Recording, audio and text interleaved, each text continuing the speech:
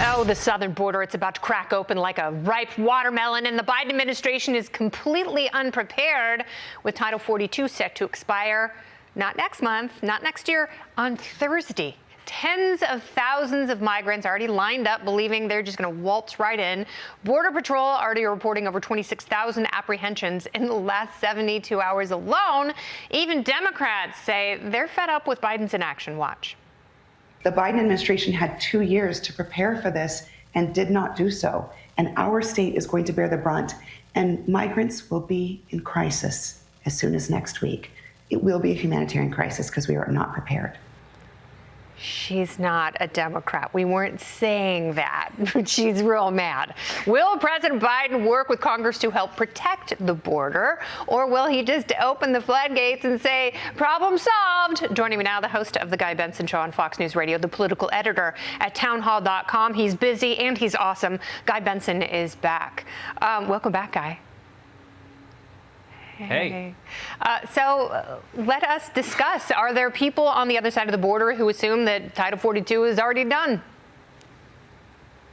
Yeah, I mean, the rumors have been circulating now for many months, and people are getting very powerful signals. I would just say that the floodgates that you mentioned, they've been open for 2 years at this stage. It's fluctuated, but it has been historically high numbers throughout the Biden administration, and the spike really began in January and February of 2021, which is not a coincidence. It's the opposite of a coincidence. They signaled what their policies were going to be. They changed those policies. It became very clear that it is quite easy to get into the United States of America through our southern border illegally, and it's been off to the races ever since. With Title 42 going away, it's just worse than ever. And Kennedy, I've had on the last couple days of my show, Griff Jenkins last week, who's covered border and immigration issues on the ground for years, and then today Bill Malugin, who's been basically living at the border for the last 2 years. They said almost the identical same thing to me. They said, we've seen a lot.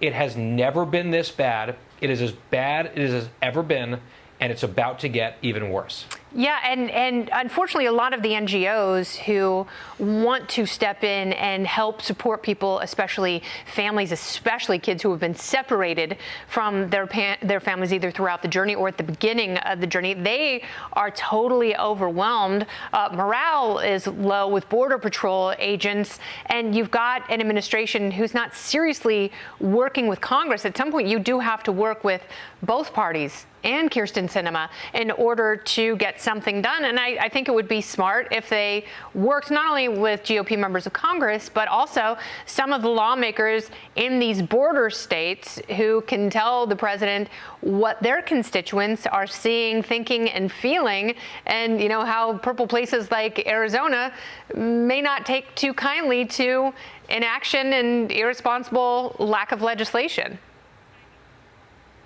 Well, the House Republicans are poised to move and likely pass a tough immigration enforcement bill later on this week to coincide with the end of Title 42. I think the Democrats will likely kill it in the Senate. The White House has no interest in it.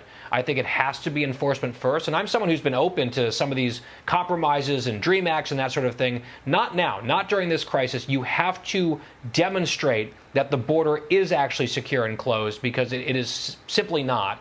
That's step one. And they can even do that unilaterally to some extent, just the president. All he has to do is undo some of the bad decisions that he made at the beginning of his term. He said, we're going to throw these ideas out. We're going to get rid of these policies just because Trump's name is on them. And they have been challenged in court just as President Trump's If he just reverses course on that failure, he can make this a lot better. But at some point, yes, Congress has to step in. Congress has to pass new laws. The system is broken. My attitude is enforcement first. Did you watch the coronation? I did not watch the coronation. I watched it twice. It's awfully early. I'm not a huge fan of Charles necessarily. It's because of the sausage good luck. fingers? I wish him luck. I love the Brits. Yeah. Plus, Kennedy, I've been far too busy watching other things recently, and I just had to thank you very much for having me on the program, friend. It's a knife, a hot poker that you are just twisting into my wounds. I've already hemorrhaged, and here I am bleeding again. Guy's final appearance on the Kennedy Kennedy show. I hope it was worth it, Guy. So good to see you. Love you, friend. I love you too. I'm not real happy with the Rangers right now. That's okay.